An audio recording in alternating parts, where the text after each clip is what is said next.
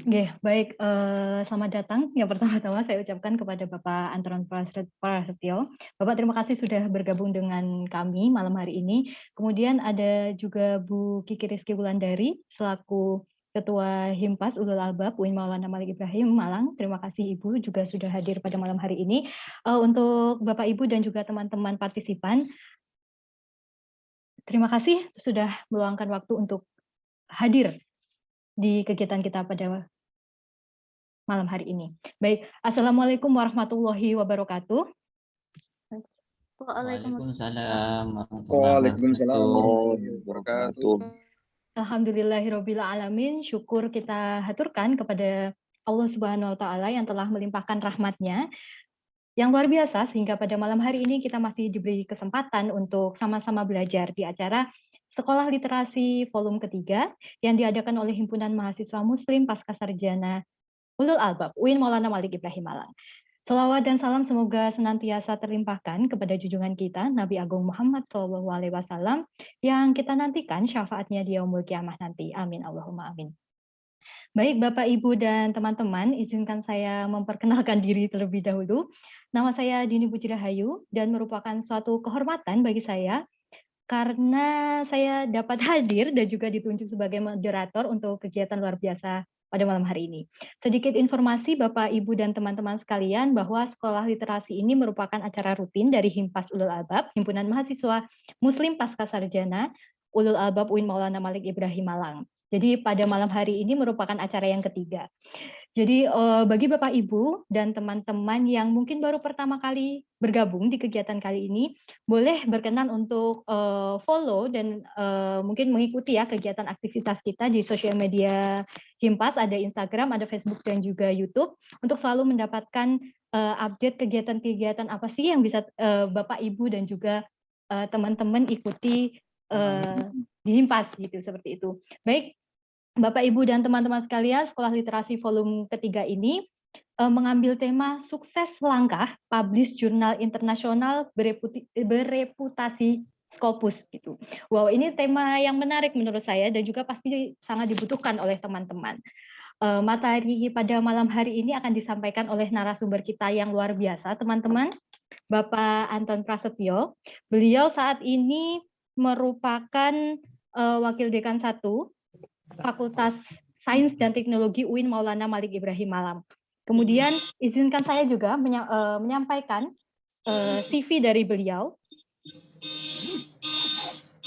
Baik, ya, beliau bernama lengkap Anton Prasetyo. Saat ini beliau mengajar untuk program studi kimia di UIN Maulana Malik Ibrahim Malang. S1-nya beliau tamatkan di Universitas Brawijaya Malang untuk S2 di Institut Teknologi Bandung dan S3 di Institut Teknologi Bandung pula pada tahun 2016. Beliau juga mengikuti berbagai training yang dilaksanakan oleh ITS, UGM, ITB, dan juga Horiba Indonesia. Beliau terkait riset, nah, ini yang mungkin bisa teman-teman jadikan motivasi. Publikasi beliau sudah melaksanakan 16 publikasi di jurnal nasional, 15 proceeding internasional terindeks Scopus, dan juga 12 jurnal internasional terindeks Scopus. Wow, suatu hal yang membanggakan begitu ya teman-teman. Baik, tanpa berlama-lama lagi, monggo Bapak kami persilahkan untuk menyampaikan materi. Untuk share screen apakah dari Bapak atau dibantu oleh tim kami? Izin send share screen dari saya aja ya. Oh, nggih, baik. Monggo Bapak. Mungkin sekitar 30 sampai 45 menit nggih Bapak. Saya masih belum bisa share screen. Tolong dijadikan co-host. Oh, nggih, baik. Atau host dulu lah. Misalnya nggak tahu skema Zoom-nya. Oh, nggih. Oh, nggih, baik. Mohon maaf Bapak terlupa. Nggih, monggo Bapak untuk menyampaikan materinya.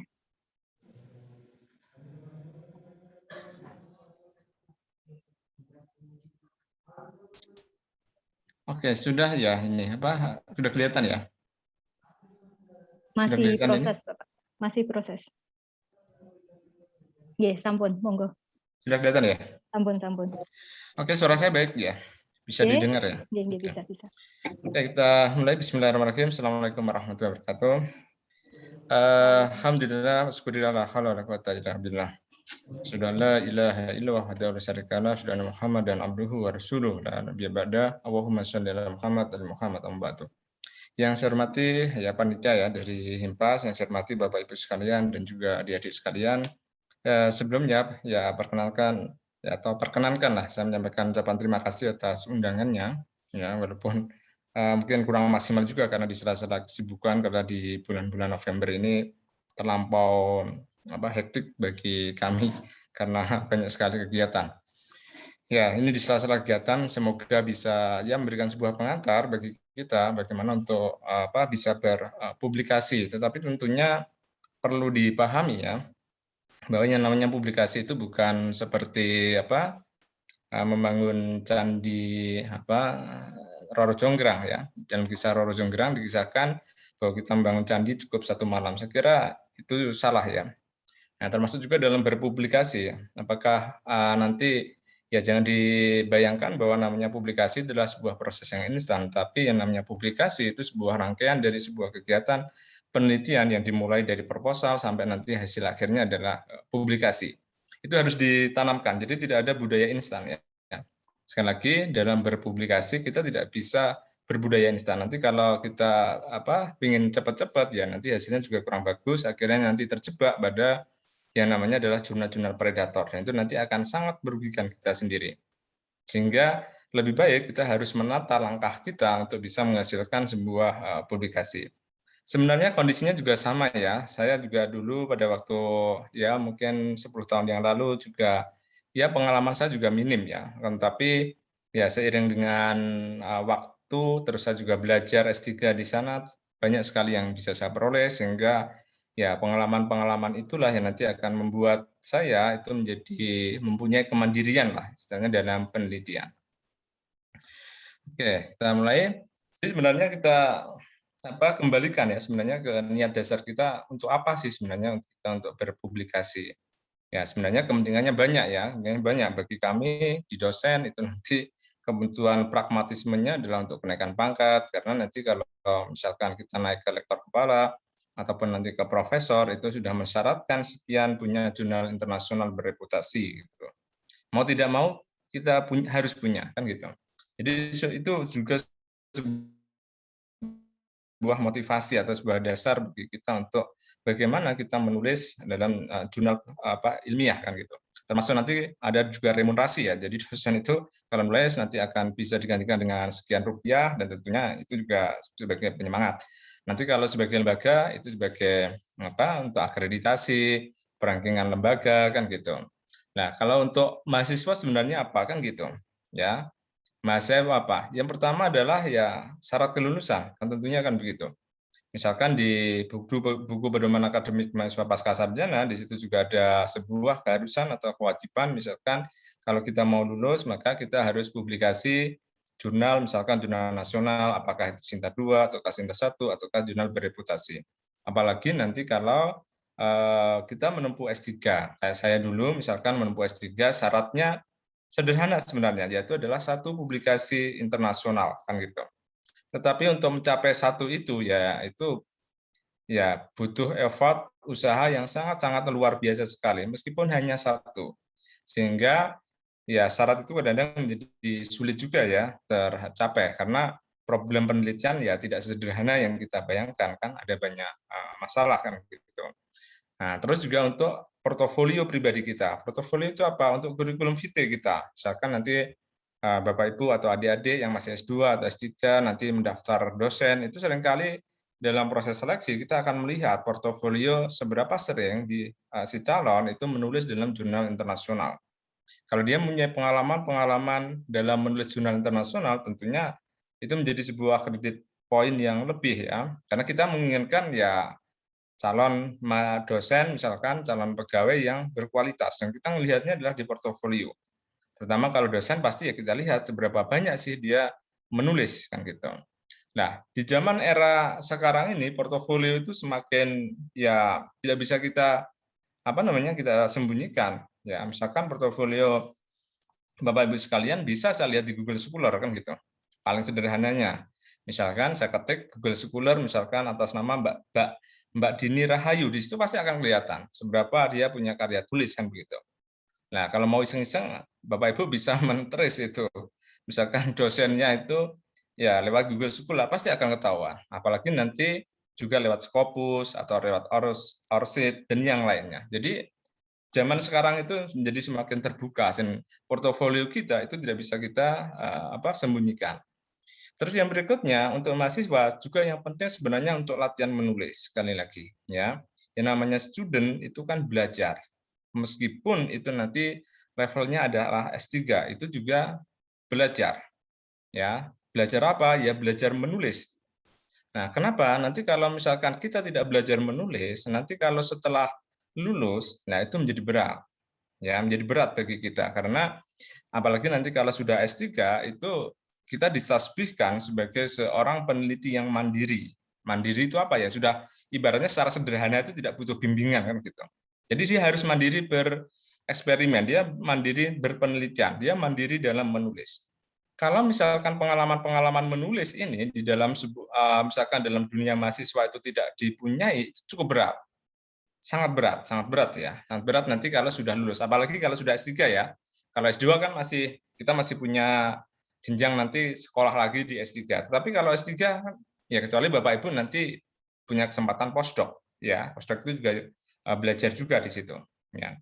Nah, sehingga ini harus kita pupuk ya. Jadi ini semangat itu. Nah, kalau misalkan tidak dipupuk ya nanti menjadi agak berat ya, menjadi agak berat. Makanya saya pun waktu S3 saya punya pengalaman menulis itu sangat saya anggap itu adalah sebuah rezeki bagi saya ya. Saya bisa menulis itu publikasi itu sekitar 9 sewaktu saya sekolah S3 dan itu termasuk yang yang terbanyak di ITB pada saat itu ya. Di ITB saat itu cukup saya termasuk yang golongan yang terbanyak bisa menghasilkan 9 publikasi dan saya termasuk yang ibaratnya menjadi kayak pendobrak ya. Pendobrak setelah saya itu banyak yang publikasinya banyak sekali. Artinya mungkin yang sedikit orang yang bisa menobrak tradisi mahasiswa dalam negeri dengan publikasi yang banyak, publikasi di jurnal internasional yang baik ya, itu adalah saya dan itu ya itu pengalaman saya. Sehingga apa? Setelah saya punya pengalaman S3 semacam itu saya rasakan hidup saya menjadi ringan gitu. Ya, hidup saya ringan. Dengan apa ya? Ibaratnya kalau saya mau menulis, mau saya bereksperimen, saya meneliti, saya tahu apa yang harus saya lakukan. Ya, itu menjadi penting sebenarnya. Ya, untuk mahasiswa. Jadikan sebagai sarana belajar. Ya, cuma ya namanya mahasiswa ya.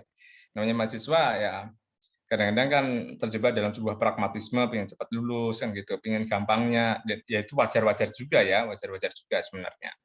Tetapi kalau bagi saya lebih baik pada waktu mahasiswa kita itu belepotan, kita bersimbah darah, kejepukan dan yang lainnya lah untuk belajar itu sehingga nanti setelah lulus itu kita menjadi lebih ringan langkah-langkah kita. Nah, apalagi nanti kalau Bapak Ibu sudah punya jalur akademik ya, misalkan kan pasca sarjana kan biasanya kan sudah calon dosen atau bahkan itu dosen. Nah, itu mempeng aja itu belajar ya.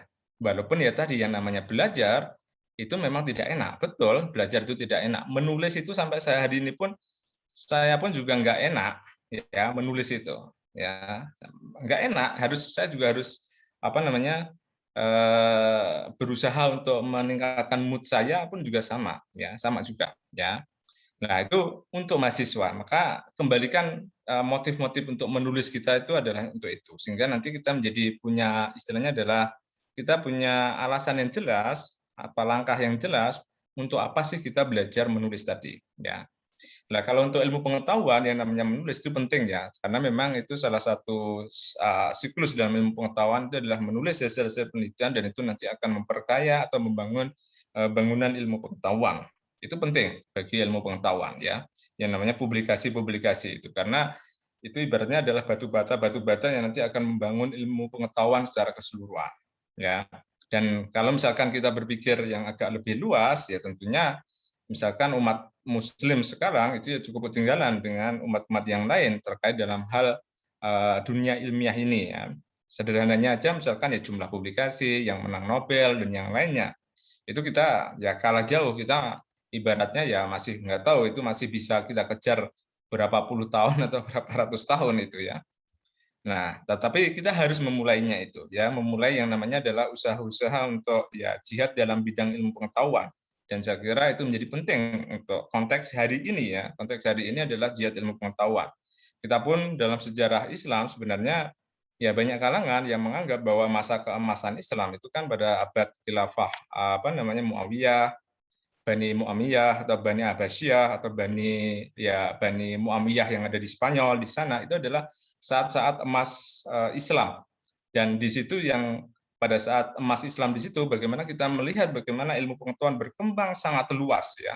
Menjadi sebuah kawasan yang sangat kosmopolit, di situ banyak berkembang sekali ilmu pengetahuan dan banyak hal lah di situ ya, penemuan-penemuan besar itu.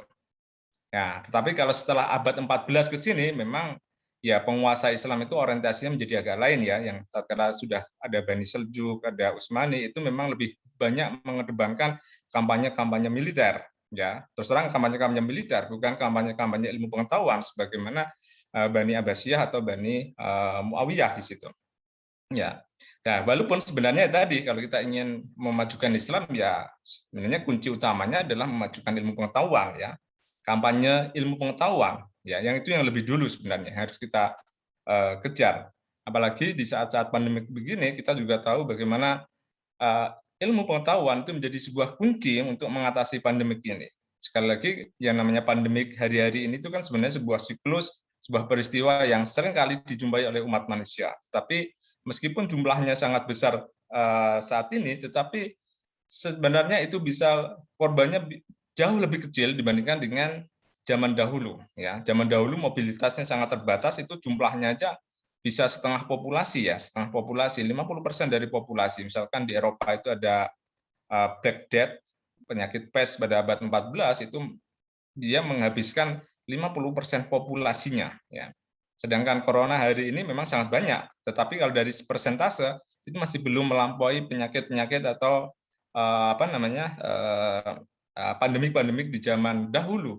Dan salah satu kuncinya adalah tadi ilmu pengetahuan untuk mengatasi itu. Bagaimana begitu pandemik itu keluar, maka orang berlomba-lomba untuk meneliti bagaimana menemukan vaksin, sampai hari termasuk juga obat, bagaimana mengatasinya, dan alhamdulillah itu juga menjadi sebuah keberhasilan. Jadi sebenarnya kunci tadi semuanya adalah di ilmu pengetahuan. Nah, dalam konteks inilah kita menjadi penting bagaimana kita untuk menulis itu. Ya. Oke, jadi ini adalah siklus penelitian. Tadi saya katakan, yang namanya sebuah menulis itu adalah sebuah siklus penelitian, bukan sebuah kegiatan yang sendiri. Itu harus dipahami. Ya, dipahami. Yang namanya menulis adalah bagian dari siklus penelitian. Sehingga saya pun sebenarnya tidak terlalu suka mengikuti acara-acara pelatihan menulis itu ke jurnal. Itu saya tidak terlalu suka, ya. Tidak terlalu suka saya. Ya, apakah saya pernah ikut? Pernah, hanya sekali saja. Ya, hanya sekali saja. Selebihnya lebih baik kita fokus ke riset kita untuk mencari data yang bagus. Nah, siklus dari sebuah penelitian pasti ada namanya adalah planning. Ya, kita mengajukan proposal, ya, ada seminar proposal di Anda itu, ada seminar proposal tesis, disertasi dan yang lainnya itu kan sebenarnya kan planning itu kan. Nah, kalau misalkan sebuah proposal rencana penelitian itu nanti lolos dalam sebuah dewan penguji, kenapa harus ada dewan penguji ya? Karena itu sebenarnya untuk kepentingan penelitian Anda sebenarnya. Jadi penelitian Anda itu nanti akan diuji apakah metodenya itu benar atau ngawur kan gitu. Karena nanti metodenya ngawur, ya itu nanti kan hasilnya juga ngawur juga dan itu kan berbahaya kan gitu. Ya. Nah, setelah itu akan ada eksperimen di situ. Nah, setelah di eksperimen, maka ada tahapan yang namanya adalah diseminasi hasil penelitian. Kegiatan diseminasi penelitian itu banyak, termasuk juga Anda ujian tesis, ujian disertasi itu kan menguji apakah data-data, apakah analisis yang Anda buat itu betul ataukah tidak. Itu penting untuk menguji semuanya, itu penting, ya, penting. Karena ya jangan sampai nanti sebuah hasil penelitian belum diuji, belum didiseminasikan, itu nanti diterapkan dalam sebuah aplikasi yang lebih luas. Itu berbahaya, itu bagi manusia itu berbahaya. Sehingga harus diuji dulu kebenarannya. Melalui apa? Ya, tahap sederhananya adalah diseminasi seminar atau seminar hasil, seminar akhir itu yang Anda lakukan. Nah, diseminasi yang lebih luas, yang lebih baik lagi itu adalah dalam dunia yang lebih luas lagi, yaitu dalam dunia ilmu pengetahuan, dalam komunitas ilmiah. Disitulah nanti ide-ide Anda, hasil Anda itu nanti akan diuji. Sementara itu diuji di dalam apa? Ya proses reviewer jurnal. Ya, dan ini yang nanti tidak disukai oleh banyak orang. Karena reviewer itu ibaratnya kayak ujian begitu. Ditanya-tanya, disuruh perbaikan dan yang lainnya, tidak nyaman sekali. Nah, setelah lolos dari reviewer artinya apa? Bahwa hasil penelitian Anda itu paling enggak ya sudah diuji dan orang itu menganggap ya sudah benar lah, walaupun benar itu nanti menjadi relatif ya. Karena nanti kalau misalkan diuji di masa depan belum tentu benar juga itu. Ya, tetapi paling nggak sudah lolos tahap review tadi. Ya. Nah, itu adalah tahap publikasi yang lebih luas. Sehingga yang namanya publikasi itu tidak bisa lepas dari yang namanya adalah siklus penelitian. Saya lagi ya, siklus penelitian. Sehingga kalau misalkan Anda lihat siklusnya begini, maka tadi seperti saya katakan tadi, yang namanya penelitian bukan membangun atau kisah membangun Candi Roro Jonggrang satu malam jadi, tidak. Tetapi dia harus mulai dari punya perencanaan riset yang baik, pelaksanaan riset yang baik, kita punya data-data yang baik, terus baru yang berikutnya adalah bisa kita tulis. Jangan dibalik ya, jangan dibalik. Anda semangat menulis, tetapi tidak punya data. Nah, terus yang ditulis apa kan gitu? Sederhananya begitu. Ya. Kalau Anda tidak punya data, terus yang ditulis apa kan gitu? Ya. Nah, sehingga kalau prinsip saya lebih baik saya fokus di eksperimen, di penelitian. Dengan begitu saya punya banyak data. Karena saya punya banyak data, maka saya akan mudah sekali untuk menulis. Kan gitu. Nah, itu harus dibangun paradigma semacam itu. Oke, saya lanjutkan. Nah, ini alur ya, kalau Anda misalkan untuk publikasi dalam sebuah jurnal. Makanya ini sebenarnya alur yang normal adalah begini. Alur yang normal. Alur yang normal. Nah, misalkan yang pertama adalah kalau kita mempunyai sebuah naskah yang sudah siap, pertama pasti nanti akan kita submit ke jurnal. Nah, di jurnal itu nanti akan ya sebenarnya sudah masuk proses review. Reviewnya kemana? Ke editor dari jurnal. Ya, kalau jurnal-jurnal yang bagus itu editornya juga apa galak-galak juga itu editornya ya, galak-galak juga. Jadi kalau nggak bagus itu pasti sudah di-reject di sini itu. Ya, sudah kalau nggak bagus itu sudah di-reject. Nah, sehingga kadang-kadang kita itu agak deg-degan ya kalau publikasi jurnal itu deg-degan 2 minggu pertama. Apakah di-reject nggak ini sama editor kan gitu. Nah, kalau sudah lolos editor itu kadang-kadang kita sudah senang. Ya, sudah senang. Berarti kita sudah masuk tahap yang namanya adalah review. Nanti naskah kita akan direview oleh juri reviewer, ya itu banyak, biasanya 3 reviewer, ya 3 reviewer. Sebentar. Nah 3 reviewer. Nah nanti setelah review hasilnya juga banyak itu. Di sini nggak ada ya, hasilnya banyak. Nanti apakah accepted itu jarang sekali langsung accepted. Terus ada minor accepted, perbaikannya kecil kalau minor. Terus ada major revision itu banyak sekali, nambah data kadang-kadang sampai sama reject. Di reject dia, ditolak. Ya kalau ditolak itu ya sudah itu, ampun-ampun itu kalau ditolak ya. Kita mulai proses dari awal lagi. Nah, setelah misalkan jurnal kita itu minor revision atau major revision, nah berarti ada kewajiban yang namanya adalah revisi di situ. Setelah revisi, maka kita kirim ulang lagi versi revisi. Apakah itu nanti langsung selesai? Tidak juga gitu. Nanti si reviewer nanti akan melihat apakah kita serius merevisi sesuai dengan poin-poin yang ditanyakan atau tidak. Ya, kalau misalkan sesuai, dia menerima, baru nanti akan masuk ke tahap berikutnya adalah accepted, diterima, terus baru publikasi. Tetapi kalau misalkan ada jurinya ternyata masih mempertanyakan, ini nggak benar nih revisimu, apakah ya? Berarti harus kembali lagi, kita revisi lagi, ya. Nah, sehingga bisa kita bayangkan sebuah tahapan-tahapannya itu memang cukup panjang sekali, dan ini memang kadang-kadang butuh kesabaran, butuh ketekunan. Ya, yang ini yang kadang-kadang merupakan menjadi sebuah ujian bagi penulis, bagi peneliti ya, sehingga kadang-kadang tidak sabar. Karena tidak sabar, maka nanti larinya ke jurnal-jurnal yang predator.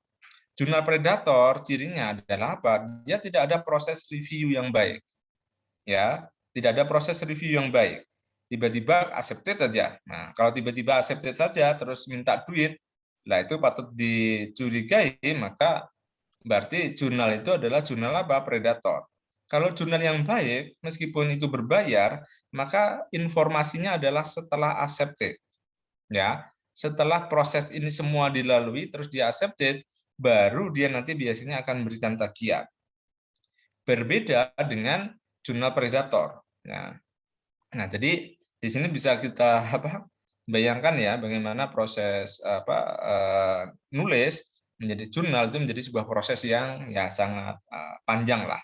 Yang ini sekali lagi kadang-kadang tidak membuat ya diri kita menjadi sebuah sabar ya. Jadi kita ingin buru-burunya accepted saja gitu. Oke, selanjutnya. Nah, ini adalah sebuah sebuah clue ya sebenarnya bagaimana naskah kita itu bisa diterima atau bisa accepted ya, bisa terima atau bisa accepted. Walaupun ya bisa kita lihat sebenarnya intinya sebenarnya ya Anda punya seberapa bagus data Anda, seberapa bagus Anda menganalisis. Kuncinya cuma itu sebenarnya. Ya, data yang bagus itu apa? Ya, dia misalkan adalah punya novelty yang tinggi. Novelty itu adalah kebaruan, makanya kan seringkali disebut sebagai kebaruan. Coba aja kita lihat di sini, misalkan dia adalah provide insight into important issues. Jadi di sini kan menyediakan sebuah pandangan yang sangat penting dalam sebuah isu, kan itu ada kebaruan kan gitu. Terus ya ini, provide data to make important decision. Jadi ada data-data yang sangat penting dan itu nanti bisa digunakan untuk sebuah penelitian yang lain. Ya.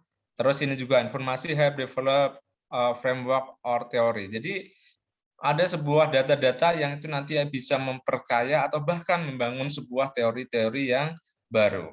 Ataukah nanti menstimulasi pertanyaan-pertanyaan. Jadi ada data baru itu ternyata berbeda dengan data yang sebelum-sebelumnya. Itu kan mempertanyakan sebuah teori yang lama. Ternyata kita punya data-data yang baru, ada simpangan-simpangan, dan Anda bisa membuktikan. Nah, itu kan bisa menjadi sebuah hal yang menarik. Ya, kali ini kita lihat dari sebuah datanya. Dari metodenya, ini juga dilihat juga, misalkan, ya apakah metode itu cocok dalam sebuah penelitian. Ya, ini Anda yang tahu, termasuk juga pembimbing Anda kan gitu. Makanya kita butuh ujian proposal, ujian seminar proposal, itu gunanya adalah menguji metode-metode kita. Makanya bersyukur kalau Anda misalkan mendapatkan penguji yang pintar. Karena kalau penguji yang pintar, Anda akan bisa mendapatkan masukan-masukan yang banyak sekali. Walaupun itu dibantai gitu. Tapi sebenarnya itu berkah bagi kita. Kalau mendapatkan sebuah penguji yang pintar dibandingkan dengan penguji yang ya saja.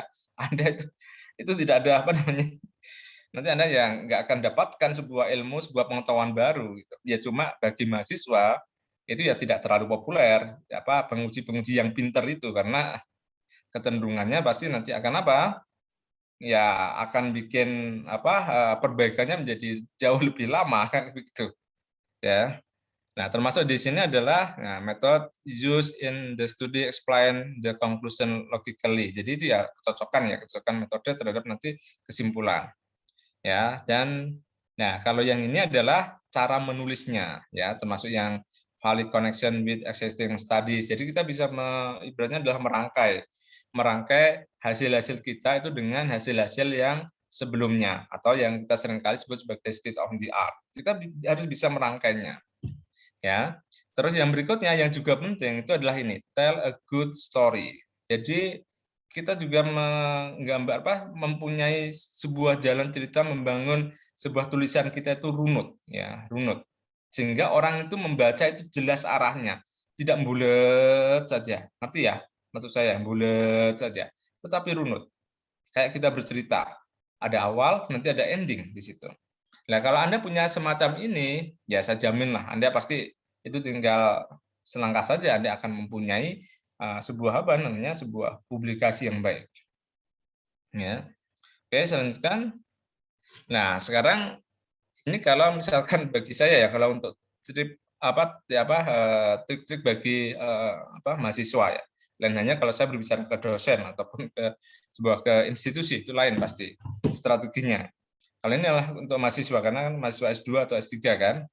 Ya, yang pertama ya tadi memang, jadi Anda harus rajin membaca jurnal-jurnal yang bagus. Itu harus banyak-banyak membaca jurnal.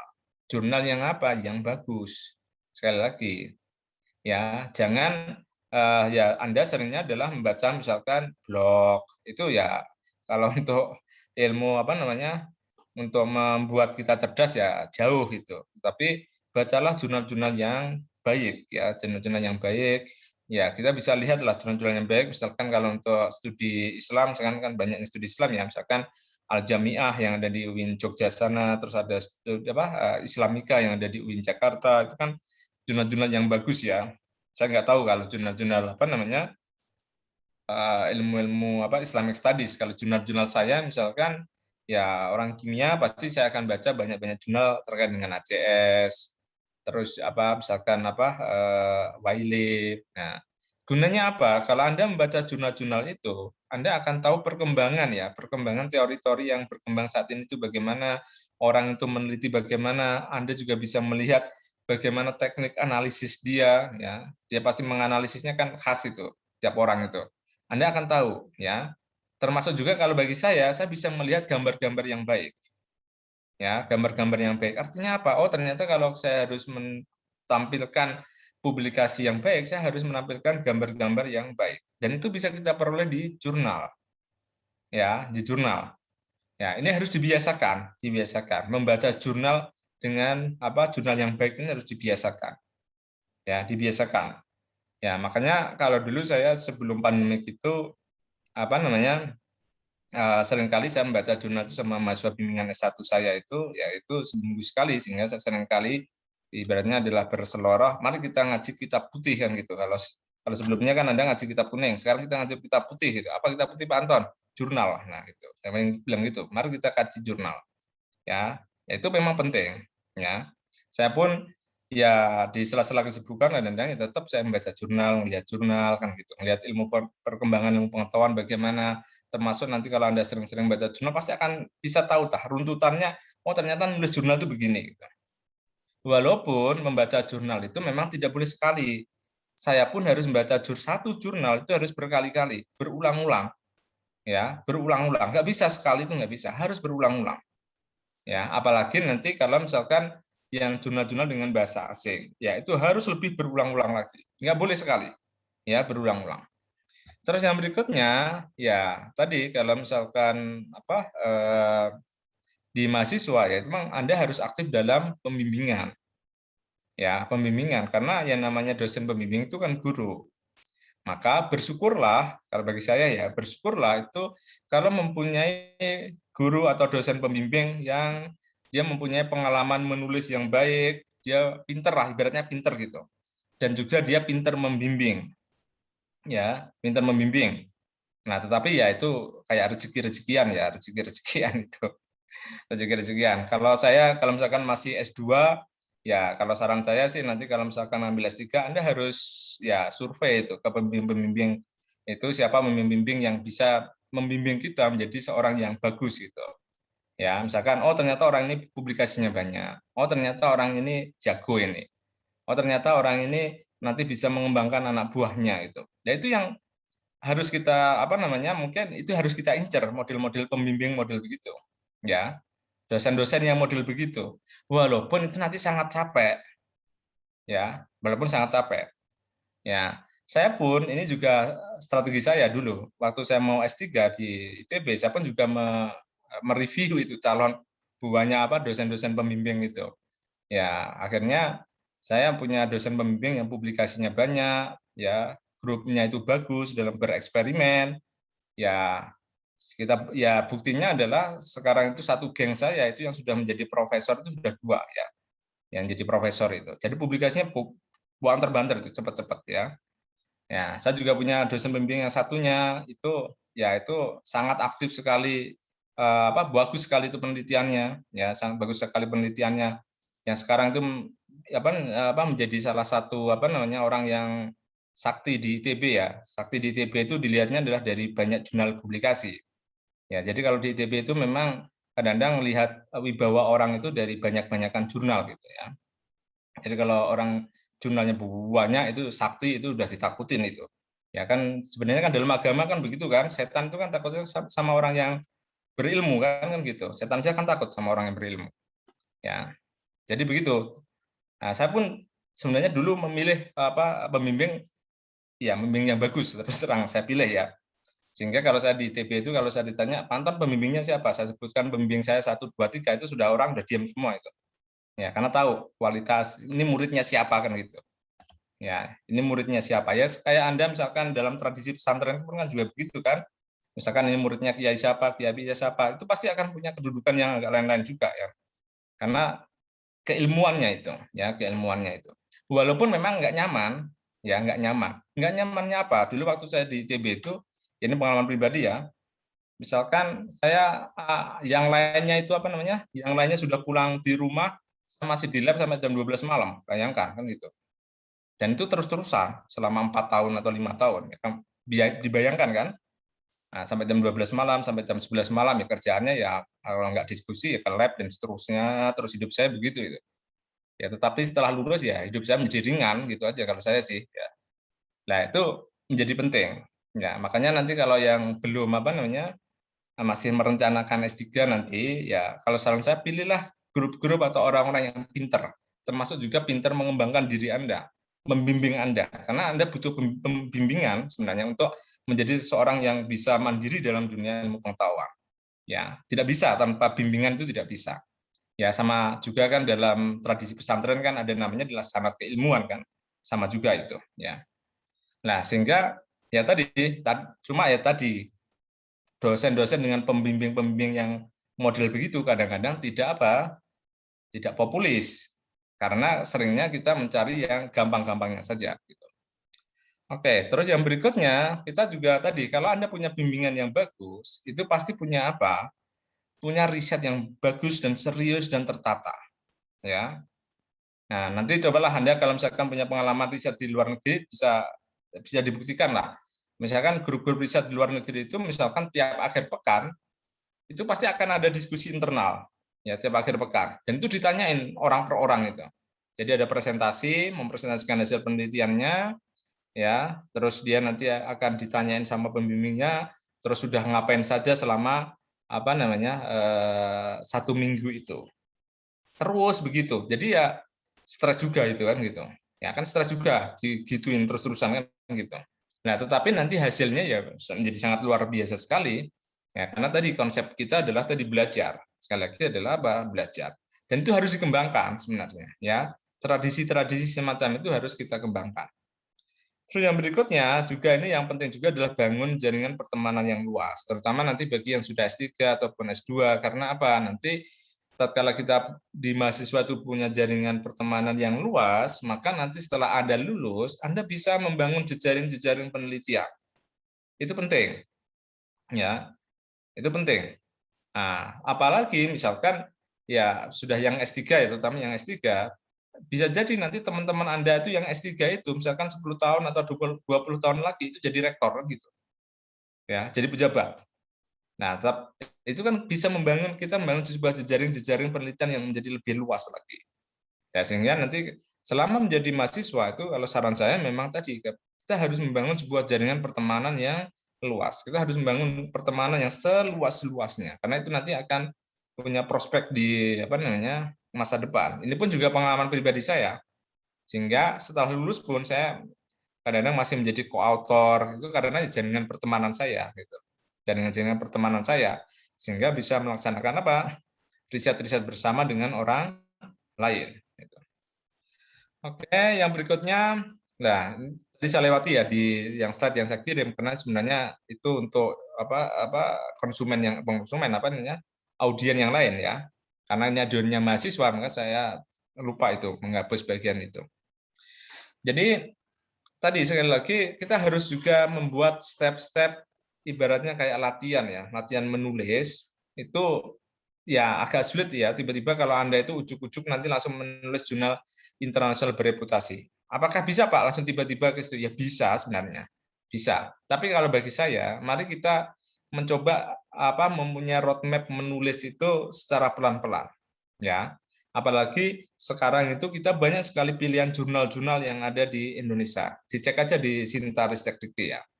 Nah, sehingga saran saya kita mulai menulis ya dalam jurnal-jurnal nasional, misalkan ke Sinta 3 dulu lah ya. atau ke prosiding, ya. Nah, kita menulis di situ.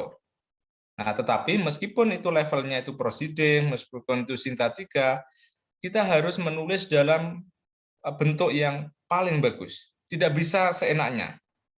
Ya. Nanti kalau seenaknya ya malu-maluin juga karena meskipun prosiding itu sudah online. Ya.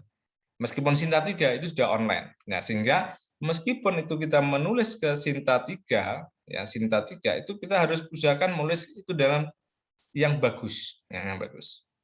Nah, setelah kita sudah punya Sinta 3, ibaratnya kayak latihan begitu, maka Anda bisa agak naik ke Sinta 2. Sinta 2 itu proses reviewnya sudah agak ketat, ya. Reviewnya agak ketat. Nah, kita juga berusaha untuk latihan itu. Nah, nanti kalau di Sinta 2 Anda sudah terbiasa dengan proses review, proses mengedit jurnal yang baik, menampilkan gambar yang baik, itu tinggal selangkah saja, Anda pasti akan bisa yang namanya adalah apa? Jurnal internasional. Ya, ibaratnya ya tadi, misalkan Anda penggemar MotoGP, itu kan ada Moto3, Moto2 sama yang paling atas itu apa? GP ya, GP, MotoGP. Kan ada Moto3, 2 sama MotoGP kan gitu. Nah, itu kan berjenjang begitu. Apakah bisa Pak langsung ke MotoGP? Ya bisa juga itu. Tapi itu adalah yang dikaruniai talent-talent yang besar. Ngerti ya, talent-talent besar ya. Kalau kita bicara talent-talent besar itu ya rezekinya. Ya mungkin itu doa nenek moyang kita yang kuat ke Tuhan Yang Maha Esa. Tapi kan tidak semuanya itu kita punya talent yang besar itu kan gitu. Tidak semuanya kan gitu. Nah, sehingga ada meskipun kita tidak punya talent yang besar, kita bisa mengasah itu, yaitu lewat apa? Tadi misalkan Anda tulis pertama kali di Sinta 3, terus nanti Sinta 2, terus itu bereputasi. Kalau Anda punya ketekunan-ketekunan itu dan istiqomah dalam jalan itu, ya insya Allah Anda akan berhasil dalam dunia penelitian. Ya. Oke, selanjutkan. Nah, ini adalah yang terakhir slide saya. Jadi ini adalah kayak trik ya. Jadi trik saya kalau untuk menulis tadi, saya tidak terlampau menyarankan bagi Anda terlampau sering mengikuti misalkan pelatihan penulisan jurnal. Ya boleh sih mengikuti itu, cuma sekali saja bagi saya. Jauh lebih penting Anda dibimbing oleh pembimbing. Bagi saya begitu. Ya, jauh lebih utama adalah dibimbing oleh pembimbing, entah itu pembimbing S2 atau pembimbing S3. Itu jauh lebih baik di situ. Karena proses pembimbingannya pasti lebih intens. Perbaikan-perbaikannya itu pasti intens. Ya, pasti intens di situ. Nah, kalau pelatihan ya cuma sekali, setelah itu kan lupa kita. Nah, sehingga kalau misalkan ikut pelatihan ya cuma sekali saja, nggak usah lebih dari itu, saran saya. Ya, karena yang tadi di samping itu yang lebih penting, Anda harus punya data yang bagus, Anda harus punya eksperimen yang bagus. Ya, bagaimana kita bisa menulis kalau kita tidak punya data atau eksperimen yang bagus kan gitu. Sederhananya gitu, ya. Terus yang berikutnya adalah apa? Sering membaca jurnal. Tadi sudah saya sampaikan, nggak usah saya bahas lagi. Terus yang berikutnya adalah menulis. Jadi harus menulis saja apapun yang Anda kerjakan tulis saja, nggak ada masalah. Ya, jangan berpikir sebuah kesempurnaan. Ya, kalau Anda berpikir sebuah kesempurnaan, ya pasti tidak jadi-jadi, gitu. Ya, nah, karena ya yang namanya kesempurnaan itu hanya milik Tuhan Yang Maha Esa kan gitu. Jadi nggak usah kita mikir sebuah kesempurnaan. Yang penting adalah menulis gitu. Apapun yang terjadi gitu. Kalau saya begitu bahasa saya. Tetapi gunakan menulis itu adalah menulis dengan bahasa kita, jangan copy paste. Ya nanti kalau Anda copy paste ya nanti kena plagiasi lagi kan gitu. Apalagi zaman sekarang itu mudah ya. Terus yang berikutnya adalah bagusnya kalau kita punya pembimbing yang bagus, itu pasti dia punya riset grup yang bagus. Kalau punya riset grup yang bagus, maka naskah kita itu ada yang mereviewnya, ada yang mengoreksinya. Itu penting. Ya, penting. Nah, terus bagaimana Pak? Misalkan dosen saya misalkan sibuk misalkan sibuk di aktivitas yang lain sehingga kurang telaten untuk membimbing ini. Ya, saran saya Anda bisa membuat peer grupnya itu ya di antara teman-teman Anda aja, nggak apa-apa itu. Ya, di antara teman-teman aja nanti misalkan saya punya draft, tolong direview kan gitu. Nanti ada komentar-komentar, ada masukan-masukan termasuk typo-nya, nulisnya nggak apa-apa itu. Nah, begitu Anda membudayakan begitu otomatis kan naskah Anda itu pasti akan ada koreksi-koreksinya kan gitu. Ya. Ada koreksi-koreksinya kan itu. Nah, karena kalau ada koreksi-koreksinya itu pasti nanti akan ada perbaikan-perbaikan di situ. Ya. Termasuk saya pun misalkan hari-hari ini menyiapkan sebuah paper yang mau saya submit di Sinta 2 itu kemarin saya kirim ke mahasiswa saya yang ikut nulis. Coba tolong ini cek mana yang salah ini saya tuliskan. Ataupun kamu punya ide silahkan. Saya bilang gitu ke mahasiswa saya. Akhirnya selang 1 hari dia ngirim ke email ke saya, memang betul, Pak ini typo. Oh ya typo ya, kelewatan ini. Oh Pak ini harusnya bagusnya begini, gambarnya begini. Nah itu menjadi naskah kita menjadi bagus. Kenapa? Ya kita harus ingat yang namanya adalah pepatah. Gajah di pelupuk mata itu tidak kelihatan, tetapi semut di seberang lautan itu kelihatan. Ya, karena kita sudah psikologis kita sudah menulis itu sudah capek, maka kesalahan-kesalahan elementer, kesalahan-kesalahan kecil itu kadang-kadang nggak terlihat. Terlihatnya di mana? Ya terlihatnya tatkala diperiksa oleh orang lain, gitu. Ya, nah, makanya kan kalau Anda punya pengalaman, ternyata setelah di ujian loh, ini kok dosen pengujinya kok nyoret-nyoret nggak karu-karuan ya? Ya wajar, karena orang lain yang lihat pasti akan bisa melihat kesalahan-kesalahan diri kita. Wajar itu. Ya, sehingga memulai membudayakan. Ya, misalkan sebuah karya tulis itu diperiksa oleh teman-temannya. Saya biasanya kalau mahasiswa bimbingan saya pasti saya suruh begitu. Tolong kamu cekkan temanmu suruh baca gitu. Nah, meskipun hanya untuk mencari kesalahan-kesalahan penulisan itu pasti ada aja yang ketemu. Ya. Nah, sehingga naskah kita menjadi apa? Lebih baik. Itu penting. Ya, penting. Terus yang berikutnya, bagaimana kalau kemampuan bahasa Inggris saya jelek? Ada ya, itu nggak apa salah, nggak apa-apa bagi saya. Itu jangan jadikan sebagai sebuah alasan. Ya, karena apa? Ya pengalaman pribadi saya bahasa Inggris saya itu ngaco, nggak karu-karuan. Ya, cuma strategi saya bagaimana? Gampang kalau saya itu. Ya, strategi saya. Pertama, saya harus menulis jurnal itu pasti sekarang itu saya tulis bahasa dasarnya adalah bahasa Indonesia. Saya menulis itu tidak langsung dalam bahasa Inggris, tetapi dalam bahasa Indonesia yang bagus. Ingat ya, yang bagus ya. Yang bagus itu berarti ada subjek, ada predikat, ada objek, ada keterangan. Bukan kebalik-balik. Ya, bukan kebalik-balik, nggak jelas subjeknya mana, nggak jelas predikatnya mana, nggak jelas itu objeknya mana. Tapi harus bahasa Indonesia yang baik. Tulis dalam bahasa Indonesia yang sebagus-bagusnya. Setelah itu bagaimana? Ya gampang. Setelah itu kalau Anda punya duit, Anda bisa apa kan? Translate-kan. Kan gampang kan? Karena Anda punya duit.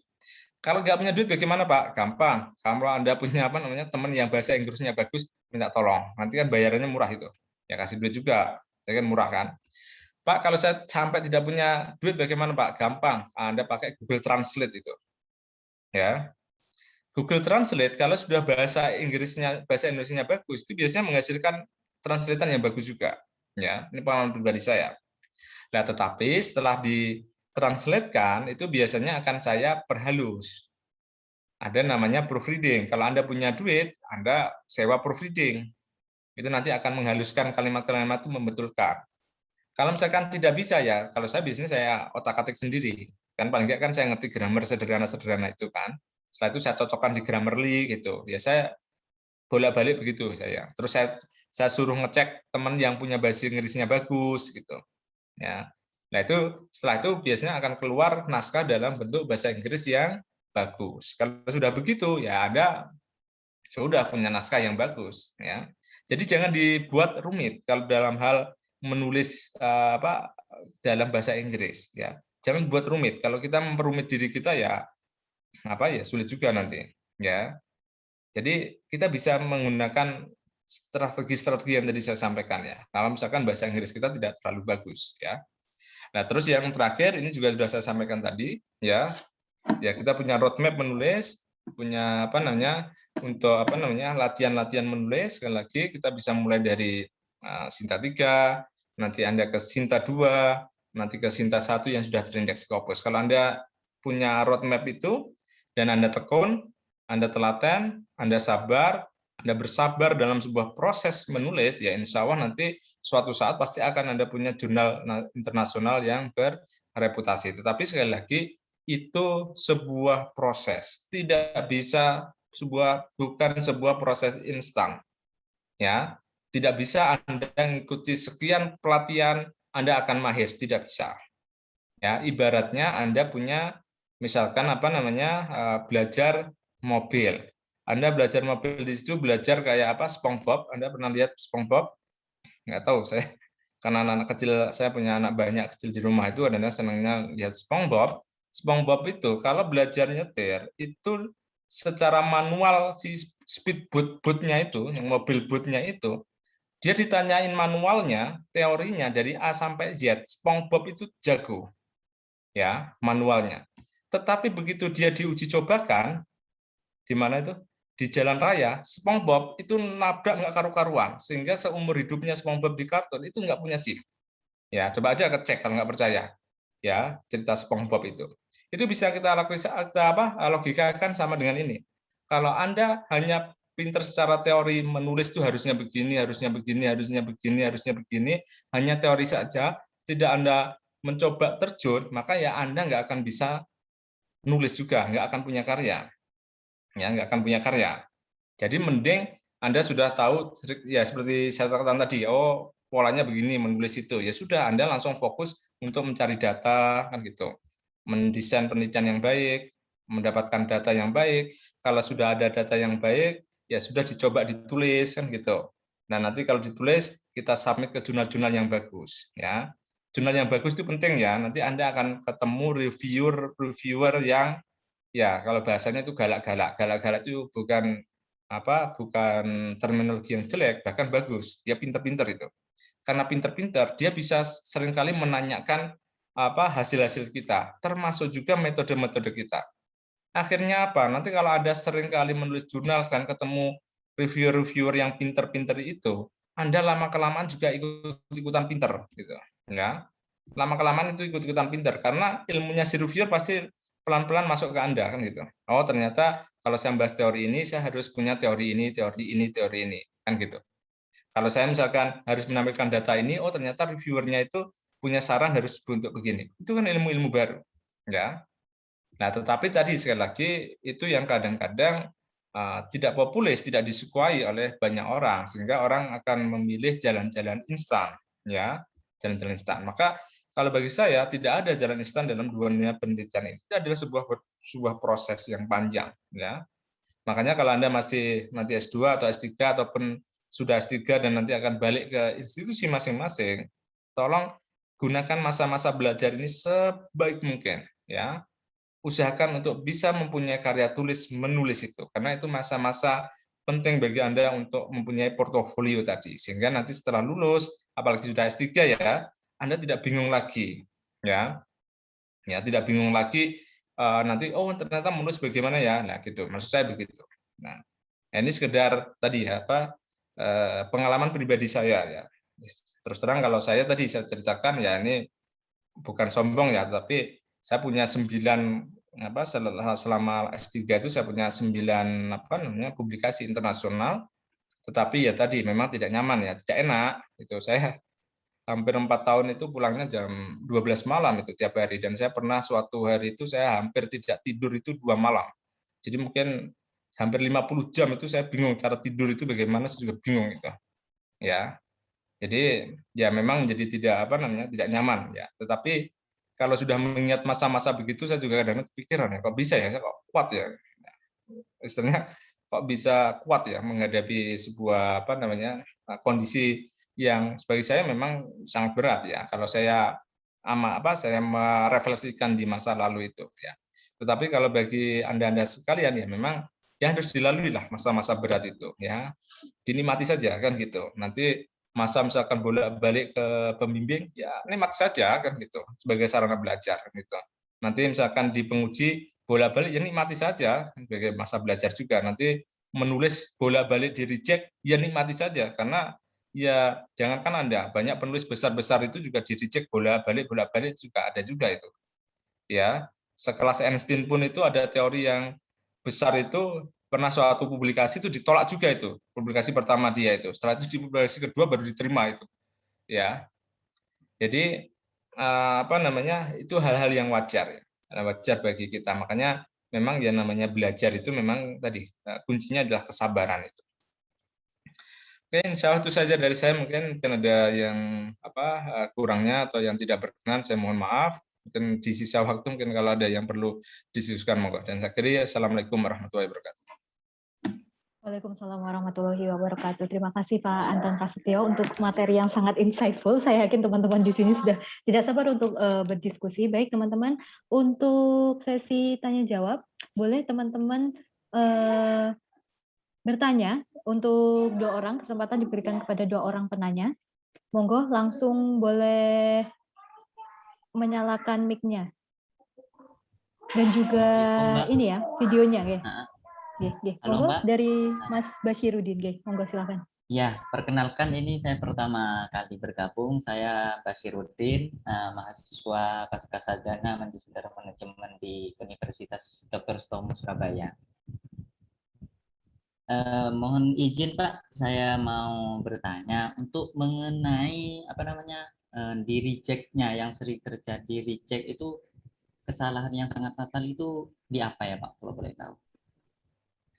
Ya sebenarnya di data sih sebenarnya. Ya data Anda itu sebenarnya tadi secara metode itu didapatkan secara betul ataukah tidak. Ini ilmu saya kimia ya. Misalkan ilmu saya kan kimia. Jadi misalkan itu kan ada metode-metode sintesis. Itu kan kadang-kadang kan orang akan meragukan. Ada hal-hal yang ibaratnya secara hukum kimia itu kan dilanggar. Terus yang berikutnya adalah analisis-analisisnya. Terus analisisnya itu betul atau tidak kan gitu ya, betul atau tidak. Tetapi yang paling utama nanti kalau misalkan itu jurnal yang besar-besar itu adalah kebaruan, novelty. Jadi sebenarnya hasil penelitian kita itu ada istilahnya ada kontribusi enggak terhadap sebuah problem ya. Jadi ada sebuah paradigma baru enggak yang ditawarkan dalam sebuah masalah-masalah dalam sebuah misalkan bidang ya. Kalau ternyata tidak ada solusi-solusi yang ditawarkan, teori-teori penyegaran-penyegaran strategi yang ditawarkan, itu memang menjadi cukup berat. Itu cukup berat. Kalau misalkan untuk ke jurnal internasional yang bereputasi ya, itu cukup berat. Nah, sehingga bagi saya tadi, kalau misalkan Anda punya data-data yang novelty-nya itu rendah, novelty-nya rendah ya, artinya kita kan tahu mengukur diri kita. Nah, bagaimana kita bisa mengukur diri kita? Tadi sebenarnya kembali ke sering-sering baca jurnal. Kalau Anda punya sering-sering baca jurnal, kita akan tahu map-nya. Oh, ternyata bidang ini sudah sampai sejauh ini. Orang sudah melakukan ini kan gitu. Kita tahu, oh ternyata kita ada di posisi yang mana kan gitu. Kalau misalkan novelty-nya kurang, ya kurang, dan juga misalkan alat analisisnya kita juga kurang, ya saran saya sebagai latihan itu ya kita turunkan level kita, misalkan ke jurnal nasional yang Sinta 3 gitu ya. Kalau Sinta 3 kan proses review-nya kan pasti tidak seberat Sinta 2 atau bisa dicoba di Sinta 2. Dan kalaupun untuk latihan langsung dalam bentuk bahasa Inggris, kalau saran saya begitu. Ya, bahasa Inggris. Nah, sehingga bagaimana kita bisa menghasilkan novelty yang bagus? Ya, tadi sebenarnya harus ada perencanaan dari awal ya. Perencanaan dari awal terkait dengan riset kita. Gitu. Nah, kalau ya sebenarnya kalau di mahasiswa itu sebenarnya kuncinya di mana dosen pembimbing harus saya sih. Kalau misalkan dosen pembimbing kita itu istilahnya pinter, itu biasanya tesis-tesis yang ditawarkan itu novelty-nya tinggi-tinggi. Gitu. Dan itu biasanya kita menjadi ikut gitu. Ikut itu artinya apa ya? Akhirnya punya publikasi juga gitu. Ya, itu kalau mungkin yang bisa saya jawab. Gitu. Ya Pak, baik, terima kasih banyak atas ilmunya. Ya. Baik, terima kasih Mas Basyirudin untuk pertanyaannya. Mungkin ada lagi teman-teman, silakan. Atau kalau belum available bisa menampakkan diri boleh melalui kolom chat.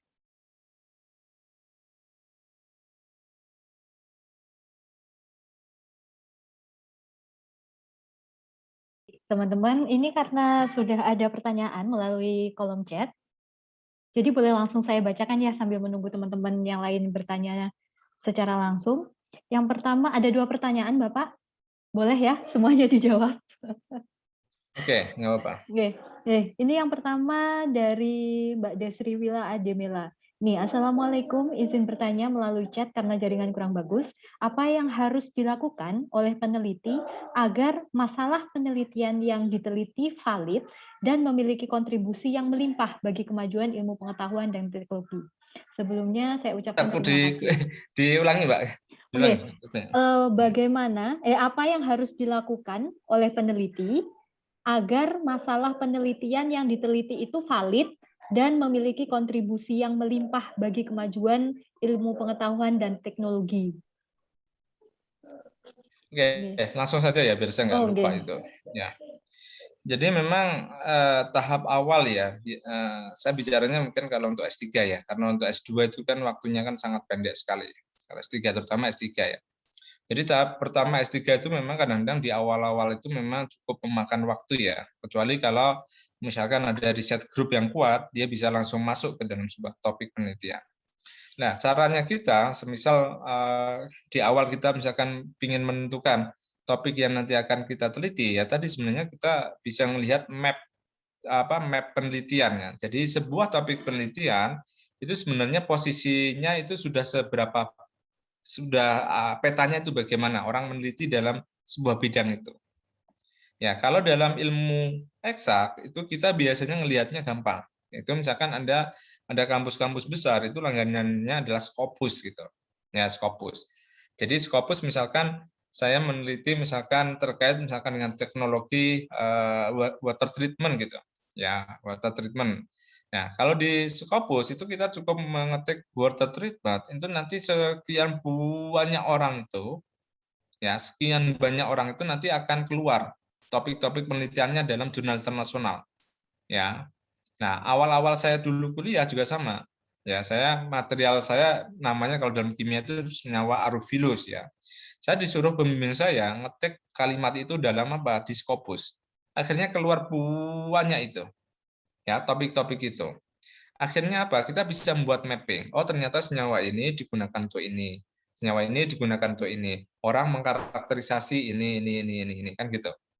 Nah, disitulah nanti kita akan tahu sebenarnya ada peluang-peluang yang harus kita isi di situ. Ada sebuah lubang-lubang yang bisa kita isi di situ. Nah, tentunya itu harus berdiskusi dengan apa? Pembimbing. Ya. Kalau untuk levelnya mahasiswa ya, itu harus berdiskusi dengan pembimbing terkait dengan peta-peta tadi. Sehingga kita bisa menentukan sebuah topik yang ibaratnya kita bisa mengisi lubang tadi. Kita bisa istilahnya kalau rumah itu bolong, kita bisa isi batu bata itu. Batu bata itu adalah penelitian kita. Nah, sehingga kalau kita sudah punya itu, maka ya nanti hasil penelitian kita kalau kita lakukan dengan baik, hasilnya juga bagus, itu ya pasti itu nanti bisa terpublikasi itu. Ya, itu mungkin yang Syah yang bisa saya jawab itu. Baik, terima kasih Pak. Demikian ya Mbak Desri Bila Azimila. Yang selanjutnya Bapak, satu lagi pertanyaan terakhir nih, datang dari Mbak Siti Rahmatillah. Assalamualaikum, mohon maaf saya Siti Rahmatillah. Mohon izin bertanya Bapak, apa yang harus dihindari dalam teknik penulisan pendahuluan dan teknik penulisan pendahuluan jurnal itu memuat poin-poin apa saja? Dari Mbak Siti Rahmatillah, Pak. Iya, sebenarnya saya nggak tahu kalau yang dihindari ya, tetapi gini ya. Jadi ada trik sebenarnya memang betul kalau saya menulis jurnal, paper ataupun apapun itu, proposal dan yang lainnya. Itu memang yang kalau saya rasakan bagian terberatnya itu memang menulis pendahuluan, introduction, itu bagian terberat.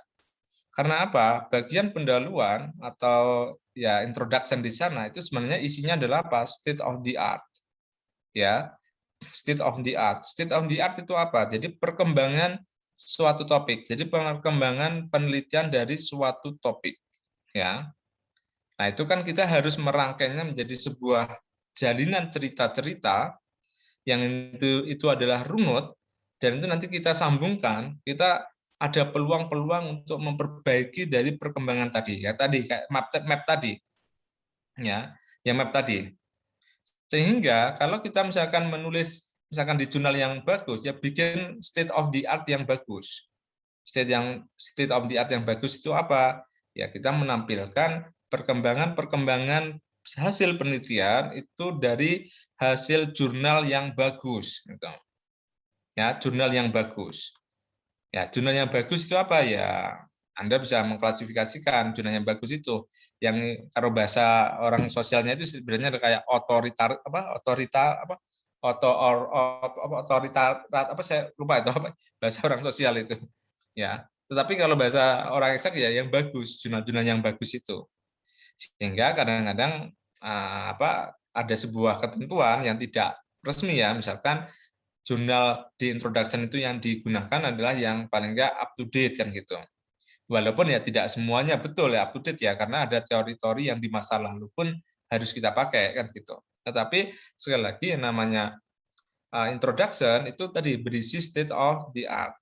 Nah, kalau ingin tahu pola-pola introduction-nya, ya tadi sekali lagi kalau Anda rajin-rajin membaca jurnal, itu pasti akan tahu polanya. Ya, tahu polanya. Oh, ternyata kalau saya misalkan menulis terkait dengan topik ini, pasti polanya adalah ini. Itu pasti ada pola.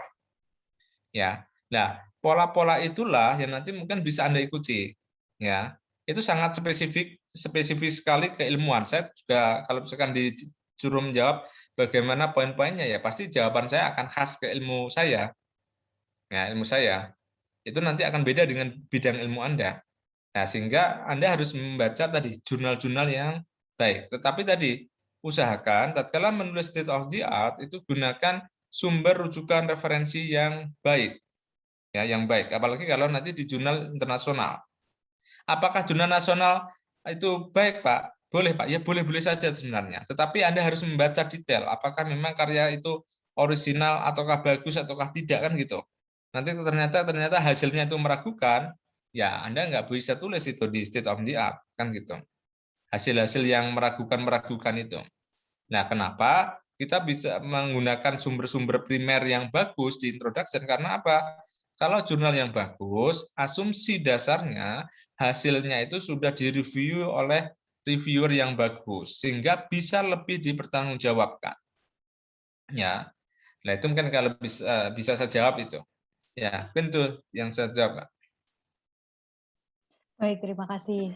Sampun dijawab nggih, Mbak Siti Rahmatillah. Baik, terima kasih Bapak untuk materi yang luar biasa dan juga antusiasme teman-teman di sesi tanya jawab. Untuk menutup kegiatan kali ini, boleh saya mengundang Bu Kiki Rizky Wulandari untuk memberikan sertifikat gitu Pak, secara virtual, secara simbolis kepada Pak Anton Prasetyo. Monggo Mbak Ica Efrila mungkin bisa dibantu share screen untuk sertifikatnya.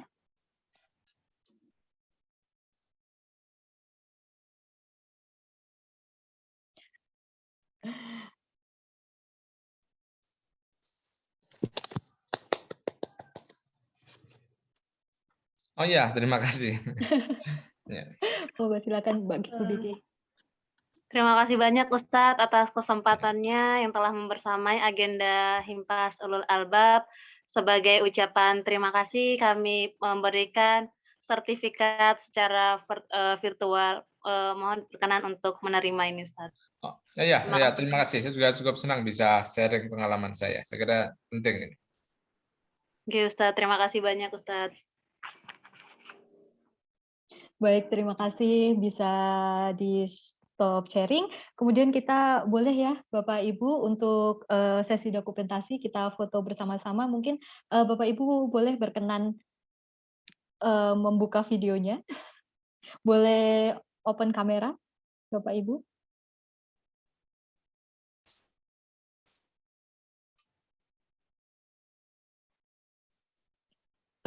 Mbak Ica boleh berhenti share screen dulu? Oh, baik. Baik, kita mulai ya. Boleh saya hitung untuk petugas yang screenshot, boleh ya? Jadi kita mulai, monggo silakan open kamera teman-teman dan Bapak Ibu sekalian. Saya hitung ya. 1, 2, 3. Lagi, satu kali lagi ya. 1, 2, 3. Ya, alhamdulillahirobbilalamin. Terima kasih Bapak Satu kali Ibu. lagi Mbak, satu kali lagi satu kali Mbak. Ini ada lagi. yang belum Oh, nemu. baik, satu kali lagi. Mohon izin nih, satu kali lagi yang terakhir deh. Saya hitung. 1, 2, 3. Oke. Baik, sudah. Terima kasih teman-teman dan Bapak Ibu sekalian. Waduh, mari pun. Terima kasih Pak Anton Prasetyo untuk Ya, materi hari ini dan juga kesediaan Bapak Ibu dan juga teman-teman untuk bergabung di acara Himpas. Kami sampaikan terima kasih karena sudah bergabung dan mohon maaf apabila terdapat hal-hal yang kurang berkenan di hati Bapak Ibu. Tak lupa kami ingatkan untuk mengikuti sosial media kami agar teman-teman dan Bapak Ibu sekalian bisa mendapatkan update info terkait kegiatan-kegiatan Himpas dan juga ikut bergabung gitu meramaikan dan belajar bersama-sama dengan Himpas Ulul Albab. Akhirul kalam, sampai jumpa di sekolah literasi selanjutnya. Wassalamualaikum warahmatullahi wabarakatuh. Waalaikumsalam warahmatullahi wabarakatuh. Izin Liv ya, terima kasih Ya, semuanya. terima kasih Bapak. Tunggu Terima sebentar. kasih Bapak. Terima kasih untuk teman-teman dan Bapak Ibu sekalian yang Terima kasih, bergabung. sama-sama. Terima kasih. Assalamualaikum. Waalaikumsalam warahmatullahi wabarakatuh. Belum.